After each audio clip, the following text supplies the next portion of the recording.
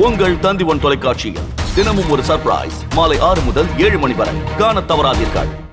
தனியார் ஆம்னி சொகுசு பேருந்துகளுக்கு நிகராக புதிய பேருந்துகளை அறிமுகம் செய்ய தமிழ்நாடு அரசு விரைவு போக்குவரத்து கழகம் முடிவு செய்துள்ளது.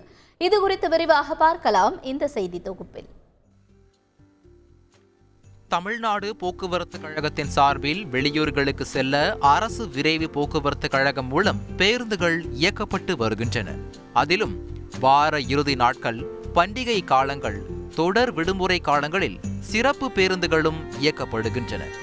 தனியார் ஆம்னி பேருந்துகளைப் போலவே நவீன வசதிகளை செய்து கொடுக்க அரசு சார்பில் முன்னெடுப்புகள் மேற்கொண்டு வருவதால் அரசு விரைவு போக்குவரத்து கழகத்தில் பயணிப்பவர்களின் எண்ணிக்கை நாளுக்கு நாள் அதிகரித்து வருகிறது.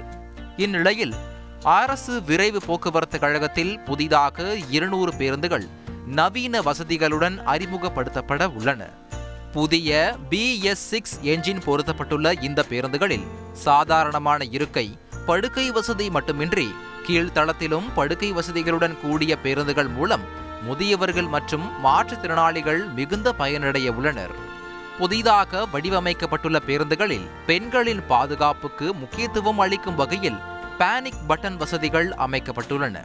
அதேபோல் ஒவ்வொரு இருக்கைக்கும் மின்விசிறி, சார்ஜர், ரீடிங் லைட் போன்றவை இடம்பெற்றுள்ள நிலையில் படுக்கைகள் அடிக்கடி அழுக்காவதை தவிர்க்கும் வகையில் துணிக்கு பதிலாக ரெக்ஸின் மூலம் படுக்கைகள் உருவாக்கப்பட்டுள்ளது.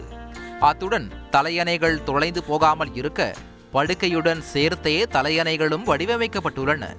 பயணிகள் வருகையை அதிகரிக்கும் வகையில் சிறப்பு பரிசுகளையும் போக்குவரத்து கழகம் அறிவித்து செயல்படுத்தி வருகிறது. மேலும் பேருந்துகளில் தீ விபத்து ஏற்பட்டால் உடனடியாக தாமாகவே தீயை அணைக்கும் வகையில் FDFS எனப்படும் தீ கண்டறிதல் மற்றும் தீயணைப்பு கருவி பொருத்தப்பட்டுள்ளது. போக்குவரத்து துறை சார்பில் கடந்த 2021 வெளியிட்ட கழிவு செய்தல் கொள்கையின்படி விரைவு பேருந்துகள் 7 ஆண்டுகள் பயன்பாட்டு முடிவில் அல்லது 12 லட்சம் கிலோமீட்டர் தூரம் வரை பயணித்திருந்தால் அந்த பேருந்துகள் மாற்றப்படும் என்பது விதியாக உள்ளது. அந்த வகையில் தமிழகத்தில் உள்ள பேருந்துகளில் வயது முதிர்ந்த பேருந்துகளாக இதுவரை 10,001 பேருந்துகள் அடையாளம் காணப்பட்டுள்ளது.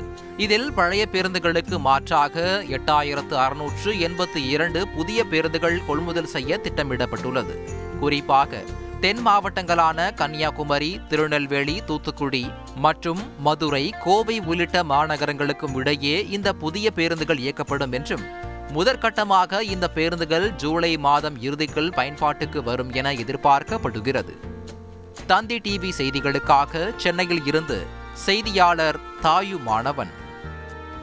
உங்கள் தந்தி1 தொலைக்காட்சியில் தினமும் ஒரு சர்ப்ரைஸ் மாலை 6 முதல் 7 மணி வரை காணத் தவறாதீர்கள்.